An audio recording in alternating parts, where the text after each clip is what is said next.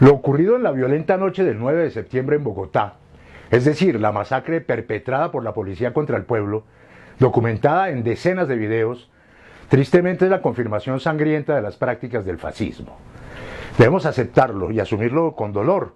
Nuestro país está en manos de una extrema derecha que no la detiene nada, que avanza a tiros, que consolida su régimen dictatorial a punta de dolor, sangre, medidas contra la gente y el cercenamiento de las libertades. Pero también debemos oponernos, rechazarlos, resistir al fascismo.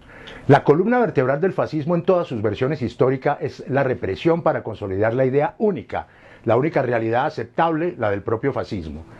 Tras haber el uribismo ideologizado a la fuerza pública durante largo tiempo, tras haberla convertido en un arma contra la oposición y la juventud rebelde, la policía opera dentro de un régimen en el que tiene todas las libertades para actuar fuera de la ley, para convertirse en una fuerza de castigo al disenso. Y tiene las libertades de violar los derechos porque le han impuesto una visión de enemigo común, llámese petrismo, izquierda, estudiantes. El fascismo está en la cabeza de quienes tienen las armas del Estado. Por eso matan con choques eléctricos a un abogado inerme y luego masacran a la gente que protesta por ese asesinato. El fascismo se ampara en la fuerza bruta como respuesta, en la negación como método, en la mentira como estrategia. El fascismo colombiano se nutre de la ignorancia, se alimenta del engaño, se aprovecha de la inconsciencia, de la ausencia de la educación, se sostiene con la desigualdad para aumentarla, vive de quienes no llegan a comprender para confundirlos todavía más. Utiliza la mentira y en realidad desprecia a esa parte del pueblo que lo apoya. Simplemente lo utiliza para defender los intereses que son justamente los contrarios a la gente, a quien el fascismo convierte en verdugos de sí mismo. Y al que no lo apoya, plomo es lo que hay. El fascismo colombiano crea la ideología del engaño y de la ignorancia, y los medios hegemónicos la aplican, la hacen posible. El fascismo necesita el miedo y el odio, necesita la censura, como lo van haciendo, necesita criminalizar al contrario, al opuesto. El fascismo concentra todos los poderes, impide la vigilancia dentro del Estado. El fascismo colombiano despliega un absolutismo creciente y va dando puntadas para desmontar la Constitución o desconocerla en sus prácticas totalitarias. Prácticamente al dedillo el fascismo colombiano aplica el lema de Benito Mussolini: crear, obedecer y combatir.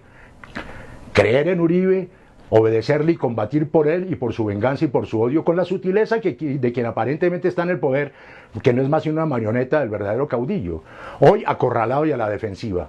El fascismo practica la demagogia, le habla al país todos los días, controla todos los poderes. El fascismo siempre ha militarizado las sociedades y ha puesto la guerra en el centro de sus objetivos.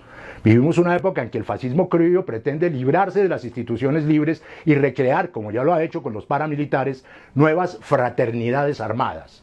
El fascismo en el mundo siempre se ha apoyado en mafias, carteles económicos o delincuenciales. Tiene un particular culto por el nacionalismo y la pureza sin limitaciones éticas. Todo se vale. ¿En qué voy yo? Matar líderes sociales, masacrar jóvenes y campesinos, nombrar sus propios jueces. El oportunismo es ley para ellos. Les ayuda la posverdad, la manipulación, la falsedad. El fascismo señala la lucha de clases, pero ejerce la violencia excluyente, la masacre, el robo de tierras.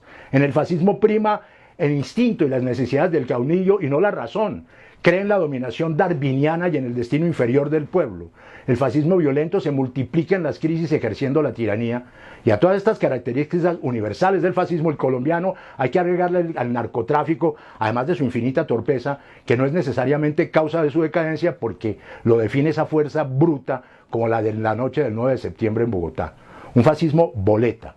De tal manera que la oposición, para entender su destino, debe saber que en Colombia se enfrenta al fascismo que no tiene moral alguna y utiliza todas las armas innobles.